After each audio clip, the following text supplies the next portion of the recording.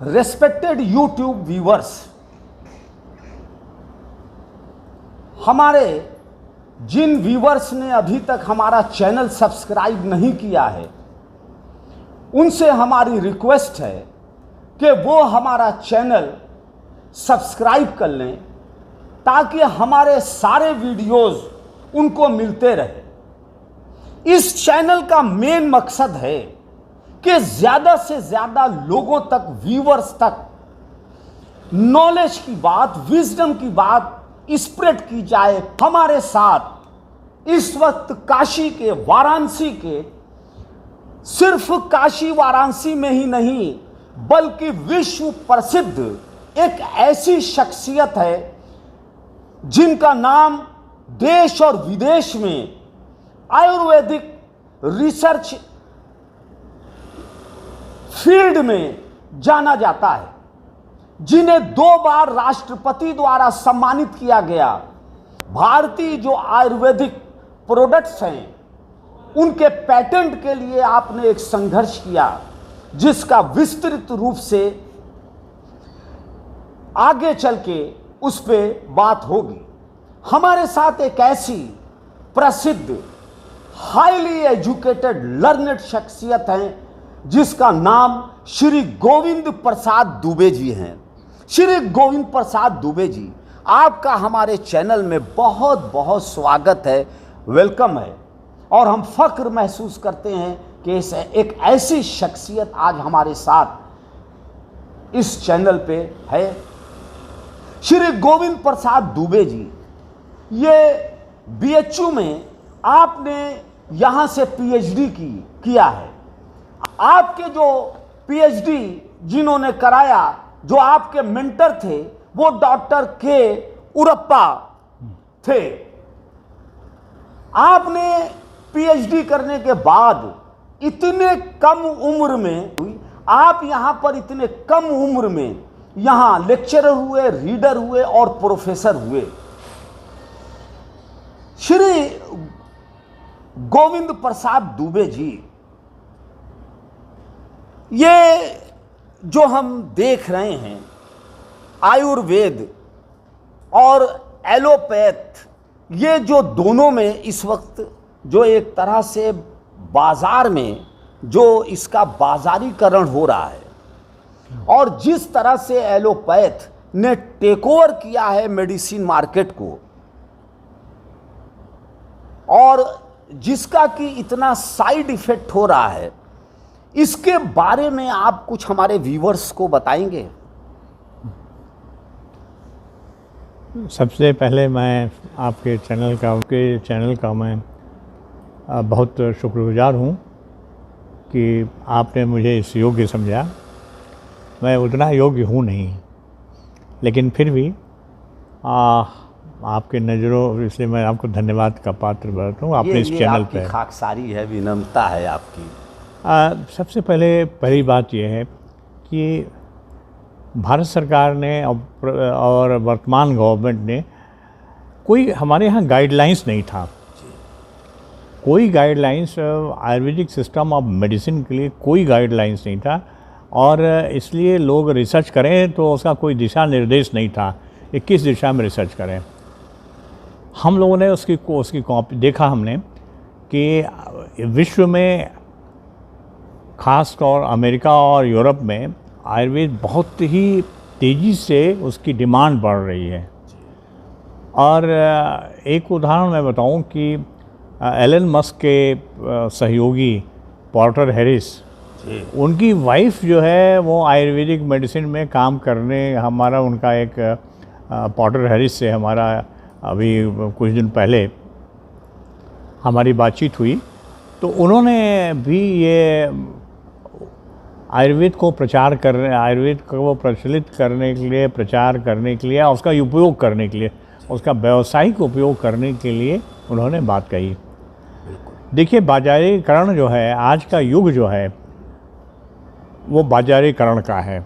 आप जब तक कि कोई चीज़ बाज़ार में एक्सेप्टेबिलिटी नहीं मिलती है, जब तक बाज़ार में उसको एक्सेप्टेबिलिटी नहीं मिलती, तब तक आप कुछ नहीं कर सकते। आप मार्केटिंग जरूरी है। मार्केटिंग जरूरी है, जी। प्रचार जरूरी है। जी। तो मार्केटिंग और प्रचार के लिए उसके लिए कोई गाइडलाइंस होता है, और गाइडलाइंस होता है तो भारत सरकार ने, तो मैं वर्तमान गवर्नमेंट का मैं शुक्रगुजार हूँ कि उन्होंने बड़ी जल्दी जल्दी गाइडलाइंस बदले, और बदलने के बाद हालांकि कांग्रेस रिजीम में भी गाइडलाइंस एक बार चेंज हुआ था 2013 में, फाइटोफार्मा उसको कहा गया। और तो ये हुआ कि 2 रेगुलेटरी बॉडीज़ बनी। एक तो ये है कि इंटेलेक्चुअल प्रॉपर्टी राइट, वो अधिकार किसका है, ये भी एक तरह से ये संपदा है, ये जी, इसका वैल्यू है जी। और उस वैल्यू का इसको लेकिन ये तब तक बेकार है जब तक कि बाजारीकरण ना हो। जी, बिल्कुल बिल्कुल, मार्केटिंग ना हो, ब्रांडिंग ना हो। हाँ, ब्रांडिंग होना चाहिए, मार्केटिंग होना चाहिए। तो ब्रांडिंग और मार्केटिंग के लिए चूँकि हम लोग का एक बिजनेस की तरफ हम लोग का ध्यान नहीं था, हम लोग तो इसको केवल आयुर्वेद के सिद्धांत और उसके अंदर होने वाले जो फल और वनस्पतियों को उपयोग करके उसका कैसे उसको प्रूफ किया जाए, कैसे उसको प्रमाण इकट्ठा किया जाए, कैसे evidence based, experience based knowledge है। आदिवासी इलाके में आप चले जाइए तो लोग सैकड़ों साल से यूज़ कर रहे हैं आदिवासी लोग, लेकिन वो नहीं जानते कि क्यों यूज़ कर रहे हैं, कैसे काम करता है, कितना डोज लेना चाहिए। तो ये सब चीज़ें हैं, लेकिन ठीक है, एक हमको एक्सपीरियंस तो मिल गया कि आदिवासी लोग इसको यूज़ कर रहे हैं। हमने इस दिशा में काम करना शुरू किया और सबसे पहले हमको इस दिशा में मध्य प्रदेश सरकार ने, उस समय छत्तीसगढ़ और मध्य प्रदेश दोनों एक ही में थे, उसमें हमको एक सलाहकार नियुक्त किया। वो मध्य प्रदेश की गवर्नमेंट ने आपको हाँ, सलाहकार नियुक्त किया? हाँ, सलाहकार नियुक्त किया। और उसके बाद जरा एक मिनट, हाँ जरा वो फाइल देना, MP। और उसके पश्चात जब सलाहकार नियुक्त किया तो मैंने एक बड़ा एक्सटेंसिव सर्वे किया जी, पूरा। मैंने यहाँ से अंबिकापुर, यहाँ से लेके पूरा आदिवासी इलाका जो है वो उसको हमने उसका सर्वे किया, और सर्वे करने के बाद करीब 260 ड्रग ऐसे पाए जिसको कि आदिवासी यूज़ करते हैं और आदिवासी लोग उसका प्रयोग करते हैं, और प्रयोग करने के बाद लेकिन फिर भी बेचारे गरीब हैं जी। क्यों? तो उनके पास अगर देखा जाए तो आदिवासी हम लोग के समाज की सबसे अधिक मूल्यवान वस्तुओं को उन्होंने प्रिजर्व किया हुआ है। बिल्कुल, उसको एक्सपीरियंस बेस्ड नॉलेज को प्रिजर्व किया। लेकिन आज क्या है कि 2 रोटी उनको मिलती नहीं खाने के लिए। वहाँ आदिवासी क्षेत्र में इतनी हर्ब्स हैं, इतने हर्ब्स हैं, हाँ, और जिसको वो यूज़ करते हैं, और वो यूज़ करते हैं, मगर उसकी कोई मार्केटिंग नहीं है, उसकी मार्केटिंग नहीं है, ब्रांडिंग नहीं है, ब्रांडिंग नहीं है, और उसके चलते वो बेचारे वैसे के वैसे गरीब बने हुए हैं। गरीबी की हालत इस हद तक है कि मैं कभी कल्पना नहीं कर सकता कि क्या आदमी इस गरीबी अवस्था में भी अपनी लाइफ को सस्टेन कर सकता है, जिंदा रह सकता है। ये देख के मेरा हृदय कांप उठा, और इस चीज़ को मैंने बहुत जगह प्रचारित करने की कोशिश की। भारत सरकार को भी हमने काफ़ी इस विषय में पार्लियामेंट में क्वेश्चन हुए, यहाँ हुए, वहाँ हुए, लेकिन जस का तस वो अभी कोई हमने देखा कि कोई उसका अभी तक कोई प्रोग्रेस नहीं हुई उसमें। हाँ, जिस लेवल पर का प्रोग्रेस होना चाहिए वो नहीं हुआ जी। तो अब सबसे बड़ी बात ये है, ये देना, हाँ, तो मेरा ये कहना था कि आदिवासी इलाके में जो हमने काम शुरू किया जी, तो उस काम का वो लेना, एक सेकेंड,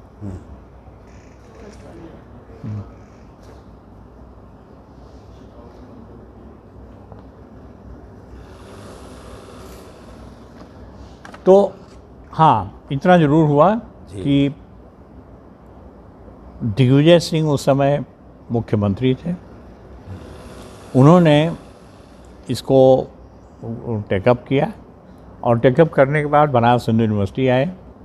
आने के बाद एक कमेटी बनाई, कमेटी ने विज़िट किया जी।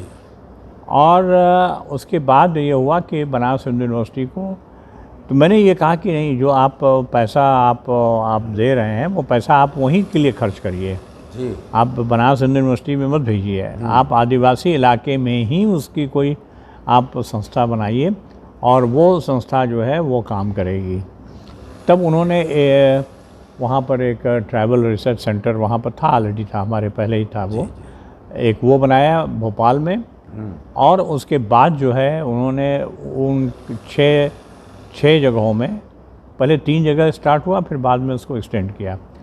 तो एक्सटेंड करने के बाद फिर ये हुआ कि हमको सारी सुविधाएं दी और उन सुविधाओं के साथ मैंने आदिवासियों के जीवन के विषय में हम एक चीज़ हमने जानना शुरू किया। उसके बाद एक बात और हुई इस बीच में कि जब मैं काम कर रहा था तो ये देख रहा था कि जेनेटिक वर्सेस एनवायरनमेंट, मतलब उनका एनवायरनमेंट तो गड़बड़ है ही है, लेकिन जीन्स में क्या उनको कोई जेनेटिक मेकअप उनका गड़बड़ है या क्या है? क्योंकि ये देखा कि अगर अच्छी तरह से पाला पोसा जाए तो उनको रिजर्वेशन की ज़रूरत ही नहीं है। वो इतने ब्राइट हैं, ब्रेन उनका इतना शार्प है, लेकिन क्यों नहीं कि न्यूट्रिशन नहीं, अंडर न्यूट्रिशन है, माल न्यूट्रिशन है, वो कुछ कर नहीं पा रहे हैं, कुपोषण है। तो इसके लिए मैंने स्टार्ट किया, काफ़ी हमने कोशिश किया। तो सबसे ज़्यादा मदद हमको जो है शुरुआत हुई मध्य प्रदेश शासन, बाद में वो अलग हो गया, तो थोड़ी छत्तीसगढ़ अलग हो गया, मध्य प्रदेश अलग हुआ। तो आपने पेटेंट के लिए भी हाँ, तो अब ये हमने देखा कि जो हम लोग की संपदा है उस पर विदेशी लोगों की आंखें हैं, और हम लोग की बहुत सारी चीज़ें, मैं आपको बताऊं कि मुझे क्यों हुआ, सबसे बड़ा दुख हुआ कि एक इंडियन ड्रग के ऊपर नोबेल प्राइज़ एक चाइनीज़ को मिला, आर्टिमिजिन पे। इंडियन ड्रग्स है और नोबेल प्राइज़ चाइनीज़ को मिला। वो एक्चुअली पहाड़ पर है, पहाड़ के उस पार जो है, अब चाइना तो क्लेम करता है कि सब पहाड़ हमारा ही है, हिमालय हमारा ये है। तो ये जो पहाड़ों पर तो ये जो है क्लेम किया जी। तो उसके बाद क्या हुआ कि फिर मेरा एकदम ये हुआ कि नहीं, हम लोग को अब पेटेंट के लिए तो उसके बाद वर्तमान गवर्नमेंट ने फिर इस बात के लिए मैं एक शुक्रगुजार हूँ कि उन्होंने इंटरनेशनल लेवल पर वो करते हुए पेटेंट लॉ में अमेंडमेंट किया। और लास्ट अमेंडमेंट 2021-22 में हुआ। तो डोजियर तो क्या होता है, और drug control general of India जो है उसने, drug control general of India ने हर पेटेंट का, इसी बीच में क्या हुआ कि हमारे बनारस हिंदू यूनिवर्सिटी में वाइस चांसलर हो गया है, हालांकि हमारा संबंध उनको पहले से भी था जी। वो डॉक्टर लालजी सिंह जी, वो जिनोम वो वहाँ पर हैदराबाद में जी वो डायरेक्टर थे। और डॉक्टर लालजी सिंह, हाँ, डॉक्टर लालजी सिंह, तो उनको फादर ऑफ ये DNA फिंगरप्रिंटिंग कहते हैं जी, डॉक्टर लालजी सिंह। हाँ, तो डॉक्टर लालजी सिंह को, तो ये मैंने देखा कि उन्होंने हार्वर्ड में एक लेक्चर दिया, मैं साथ में था उनके, वो अमेरिका में।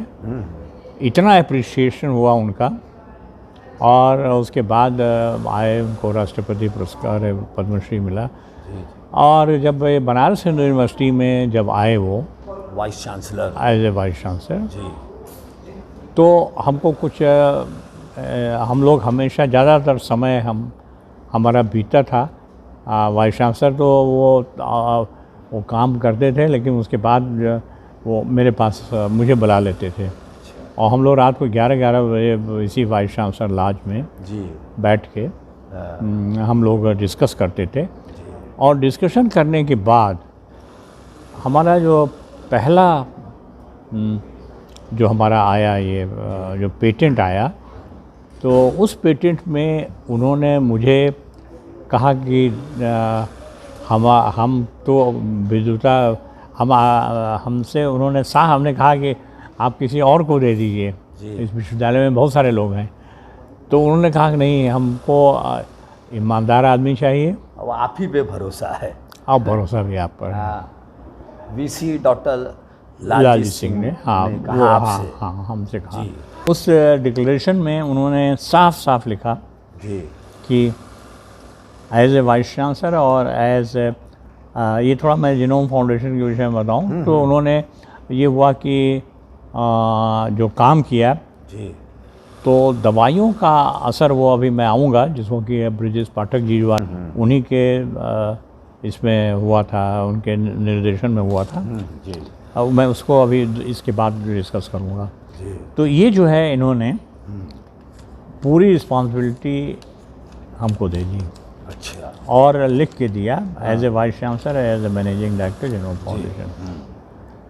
तो अब इस हालत में मैंने रिस्पॉन्सिबिलिटी मैंने पूरा किया। जी। आप जानते हैं पेटेंट का कितना कॉस्टली होता है। बहुत कॉस्टली होता है जी। है? एक पेटेंट लेने में जो कास्ट होता है, अब ये उसका आपको इनिशियल कॉस्ट ही, वो तो डॉक्यूमेंट इकट्ठा करने में जो कास्ट तो है वो तो है ही है जी, लेकिन प्रोसीजरल पार्ट में भी बहुत ज़्यादा पैसा लगता है। तो अब उन्होंने हमको एथराइज़ किया जी। दुर्भाग्य से उनका डेथ हो गया। जी जी। उनके डेथ, मैंने उसको ये नहीं किया कि डेथ हो जाने के बाद जी जी। मैंने उनकी क्या इच्छा क्या थी जी। और उस इच्छा को मरते समय तक उन्होंने, मुझे अच्छी तरह याद है जब यहीं BHU अस्पताल में भर्ती थे जी। तो उन्होंने साफ साफ कहा था हमसे, जी। अब देखिए लालजी सिंह का पहला नाम है, जी जी जी। उसके बाद मेरा भी नाम है जी जी। लेकिन जी पेटेंट, हाँ जी जी। हाँ। लेकिन बिल्कुल हमने एक चीज़ ये था कि तो मैं एक चीज़ बताऊं कि मेरे 2 गुरु थे जी। एक तो डॉक्टर KN उडुपा और दूसरे गुरु जो लेटेस्ट टेक्नोलॉजी है वो है जेनेटिक रिसर्च। तो जेनेटिक रिसर्च, बिना जेनेटिक रिसर्च इसको स्टडी किए हुए आदमी आगे बढ़ ही नहीं सकता है। कोई दवाई कैसे इफ़ेक्ट करती है जी, साइड इफ़ेक्ट क्यों होता है, किसी को बहुत ज़्यादा साइड इफ़ेक्ट होता है, किसी को कम होता है, किसी को एकदम नहीं होता है। तो पूरा मेडिसिन का, तो मैंने उनसे कहा कि ये तो बहुत बड़ा काम है। तो उन्होंने कहा कि कोई बड़ा काम है तो छोड़ा नहीं जा सकता है ना।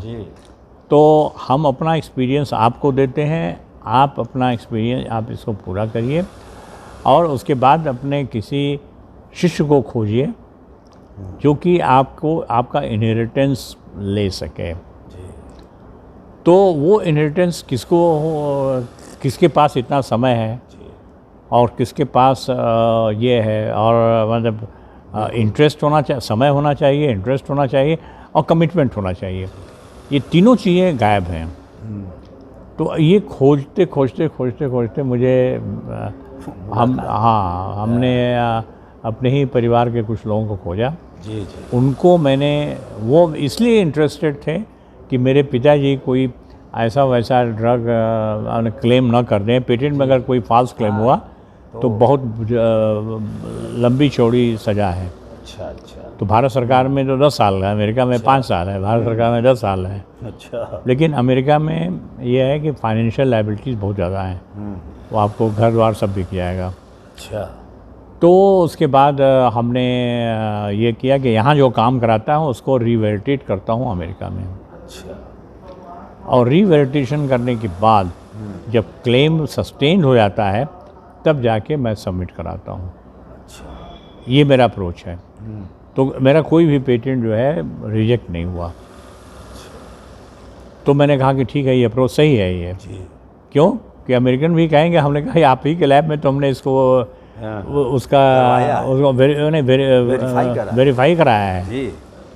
और अगर जो वेरीफाई नहीं हुआ तो उसको हम निकाल देते थे। अच्छा। तो जो आपके हमने आप ही के लैब में वेरीफाई किया, बड़ी बड़ी लैब में वेरीफाई किया, हार्वर्ड में वेरीफाई किया, चार्ल्स रिवर लैब है वहाँ, बहुत बड़ी लैब है। तो 80% FDA अप्रूवल जो है वहीं उसके बाद होता है।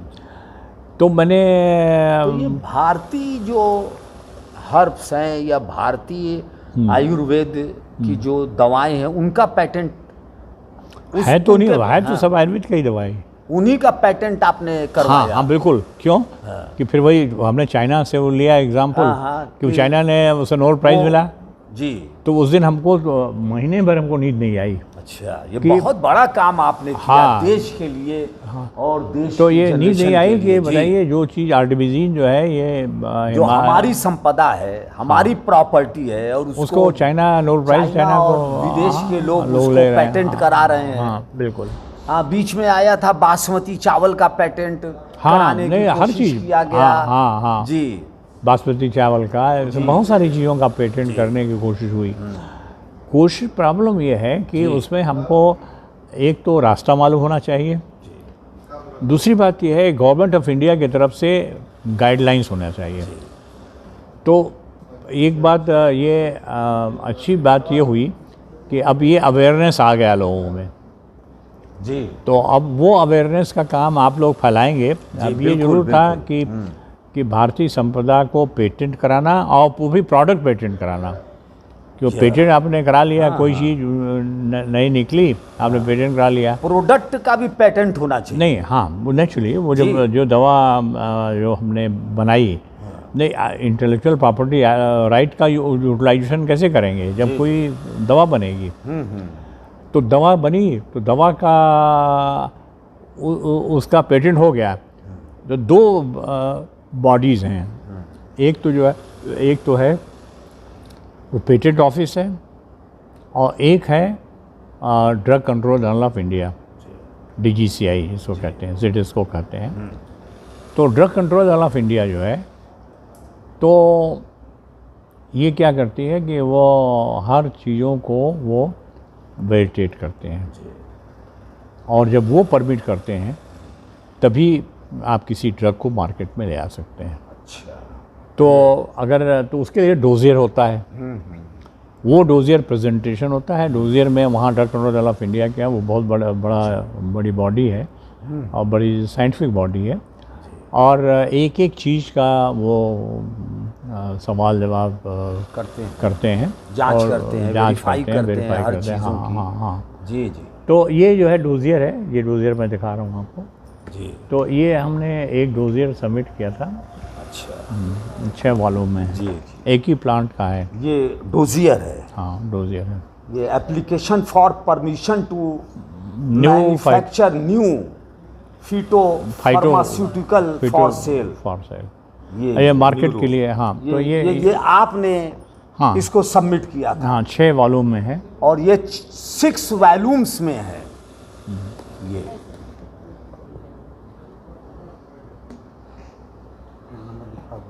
जी। और ये कंपनी है, और ये कंपनी, क्योंकि ड्रग तो कोई कंपनी भाई जी। हाँ ये है कंपनी, ये कंपनी जी। हाँ पढ़ दो जी। अच्छा, अब ये हमने इसको हाँ जी, ये हमने जी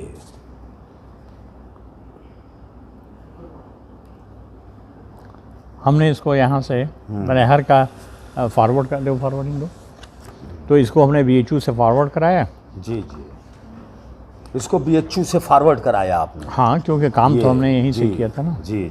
बनारस हिंदू यूनिवर्सिटी से फॉरवर्ड कराया, और सारा डॉक्यूमेंट दिया जो कि इंटरनेशनल लेवल पर एक्सेप्टेबल है। वो अमेरिका को एक्सेप्ट करना चाहिए कि जो हम कर रहे हैं, तो उनके स्ट्रिक्टली उन्हीं के गाइडलाइंस से हमने बनाया। जी। तो वो बहुत बड़ा काम है। हाँ जी। तो ये पहला फर्स्ट पेज फर्स्ट निकालो।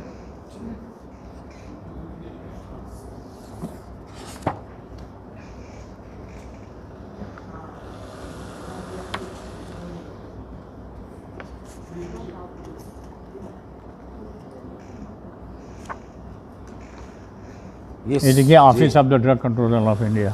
जी तो ड्रग कंट्रोल जनरल में सबमिट किया जा सकता ये है। पूरा ये हाँ, वो फर्स्ट देखो office of the drugs controller drug control general of general India India, first है। ये बिल्कुल बिल्कुल ये इसको सबमिट किया। ये बहुत बड़ा काम है, बहुत ही वैल्यूबल, बहुत ही इम्पोर्टेंट। ये जो क्योंकि गाइडलाइंस की बहुत कमी थी, बहुत। तो अब स्थिति देखिए ये है जी कि ये एक इसके पौधे का भी हाँ आपने भेजा? एक नहीं, वो जी। तो हर चीज बैकोपा। हाँ, जब ब्राह्मी है जी तो इसका ब्राह्मी एक उसका स्ट्रक्चर उसका जी। एक देखिए बड़ा प्लांट का बड़ा वेरिएबल होता है। जी वेरिएबल का मतलब ये है कि आप कोई प्लांट लगा रहे हैं और पानी में आर्सेनिक है, कैडमियम है, तो हमने आदिवासी क्षेत्र क्यों चुना कि वो जितने ही पॉपुलेशन से दूर रहेंगे।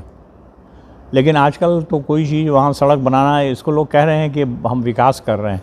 विकास है ज़रूर, उसमें कोई संदेह नहीं। जी लेकिन उसका नुकसान ये है कि वो जो आपको यूज़ करते हैं आप पेट्रोल और डीजल, उसमें जो धुआं निकलता है उसमें आर्सेनिक, कैडमियम, लेड, ये सब हैवी मेटल्स हैं।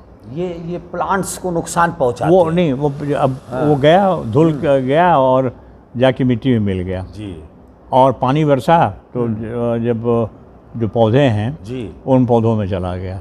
अच्छा, उन पौधों की जड़ में वो आ गया, हाँ, नहीं तो फिर पत्ता उत्ता में आ जाएगा ना पूरा। पत्ते में आ जाएगा। हाँ, वो जो वो पानी सोखेंगे हाँ हाँ। तो पानी तो एकदम एक एक पत्ते में चला जाता है।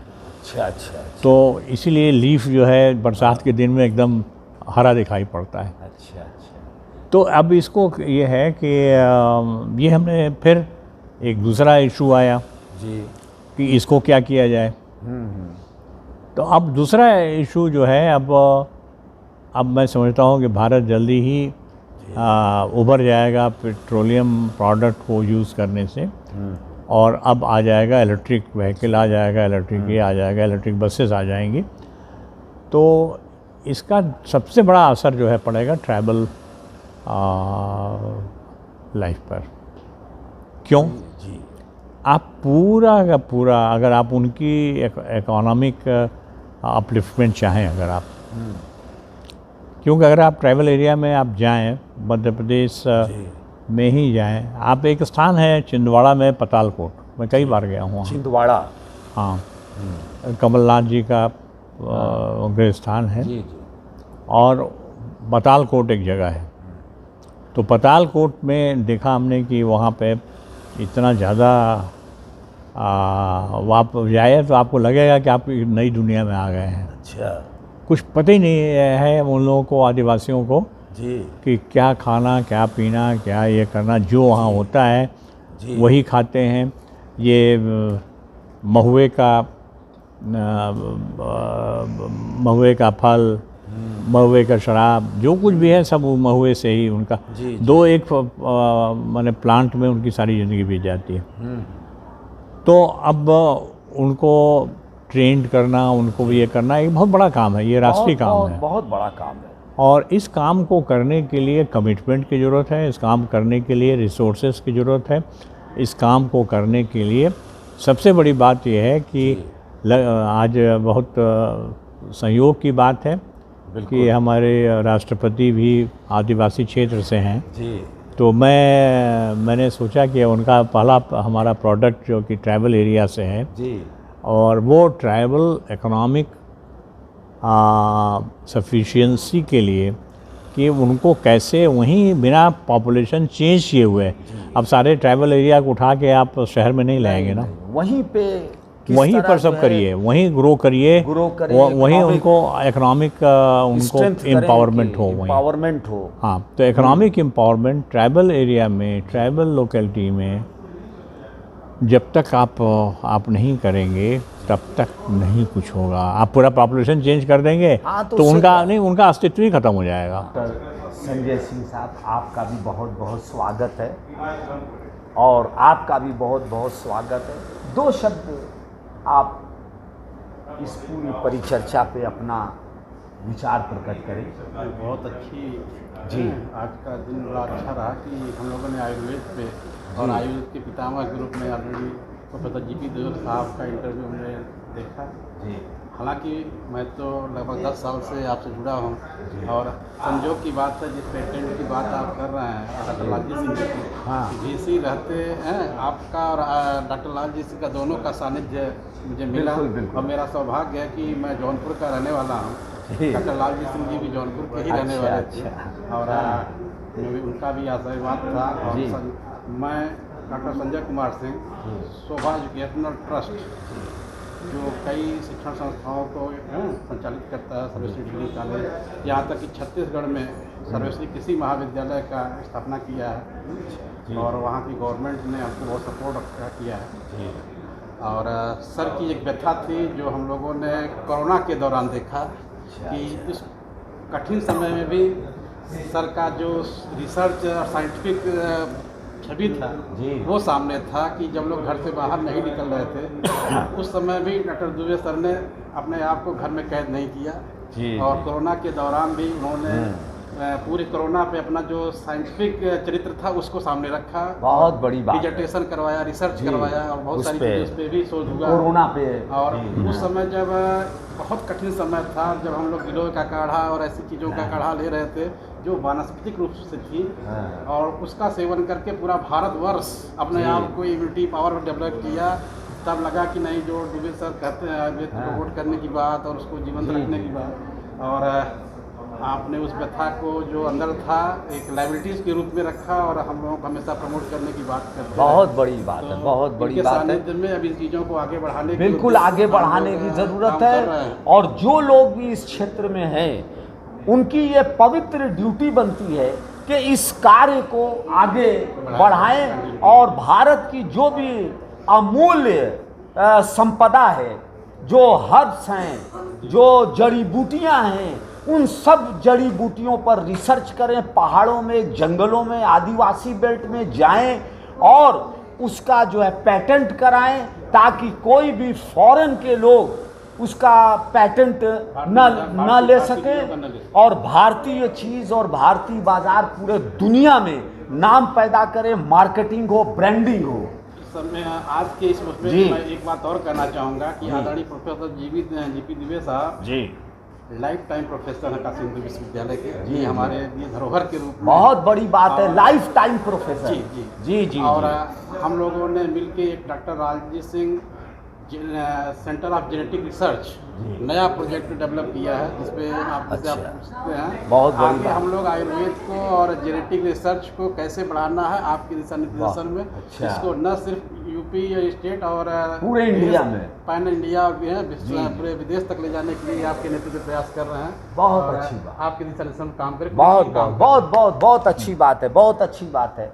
आप इंट्रोडक्शन नाम हाँ। बता दें खाली। नाम बता। सर की पर्सनल असिस्टेंट जी जी। करीब सर के साथ 8 साल से हैं। अच्छा, ठीक है। Thank you.